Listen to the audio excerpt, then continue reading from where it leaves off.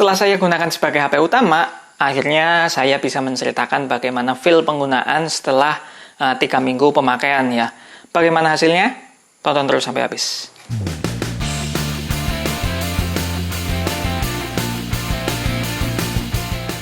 Halo, Assalamualaikum warahmatullahi wabarakatuh. Bertemu lagi dengan Mas Not. Ya, kali ini saya akan menceritakan apa yang membuat saya betah dan tidak betah menggunakan iPhone 6s Plus ini selama hampir 3 minggu ya.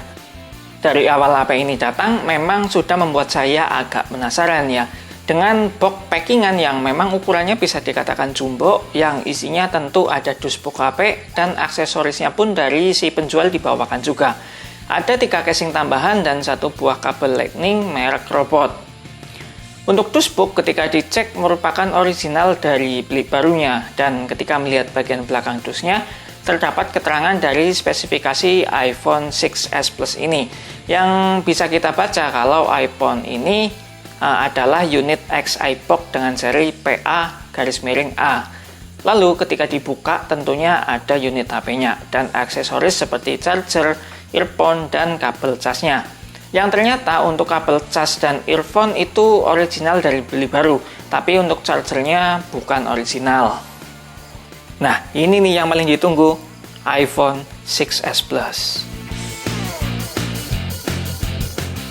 Ya, ketika baru pegang iPhone ini, saya merasa kagok tentunya, karena memiliki ukuran bodi yang cukup besar. Langsung saya banding-bandingkan dengan iPhone 8 ini, yang kelihatannya jadi kecil banget gitu.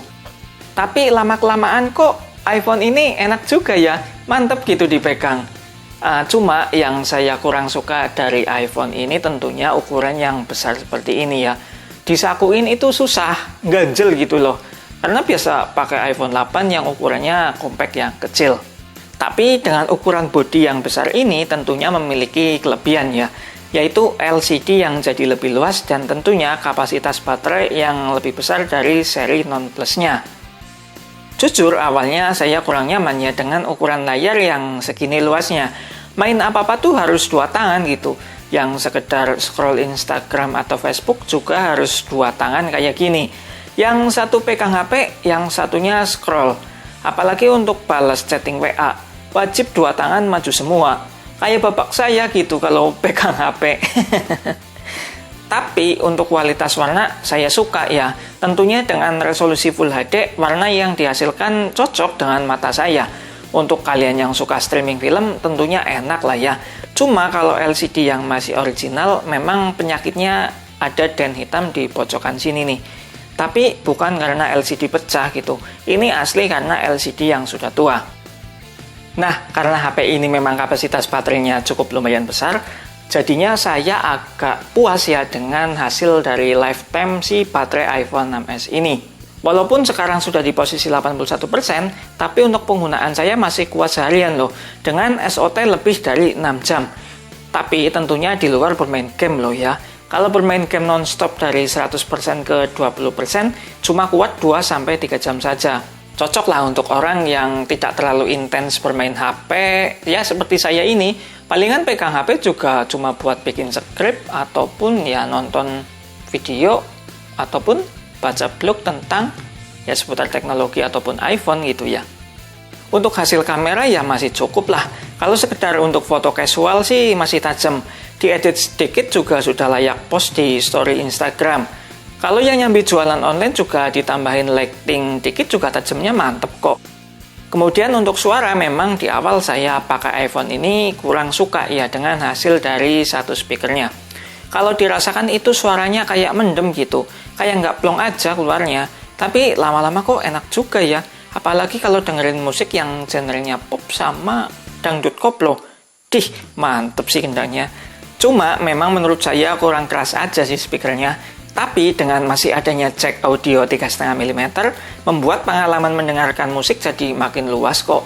Pakai headset apa aja juga jadi asal colokannya yang 3,5 mm. Karena iPhone ini menggunakan chipset A9, tentunya masih dapat upgrade di iOS 15 ya. Kita masih dapat menginstal banyak aplikasi yang ada di App Store. Ya kalau hanya untuk menginstal WA ataupun sosial media tentunya masih bisa bertahan 4-5 tahun ke depan ya. Ya, WA kan minimal sekarang di iOS 10 kan. Sedangkan ini dapat di upgrade iOS 15. Nah, udah 5 tahun kan pastinya. Nah, itu tadi ya yang membuat saya betah menggunakan iPhone 6s Plus ini sebagai HP utama saya. Tentunya ada beberapa hal yang membuat saya tidak betah ya.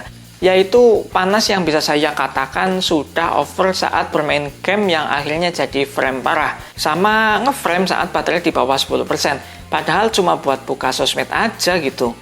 Ya, tentunya yang sudah nonton testing game iPhone ini pasti sudah tahu ya bagaimana parahnya frame di HP ini. Buat main Mobile Legends hanya dapat dan stabil di 30 frame saja. Beda dengan iPhone 6s biasa yang stabil banget buat main game. Padahal untuk panas ya imbang sih. Mungkin karena CPU dan GPU-nya yang sudah terlalu berat buat render di layar Full HD.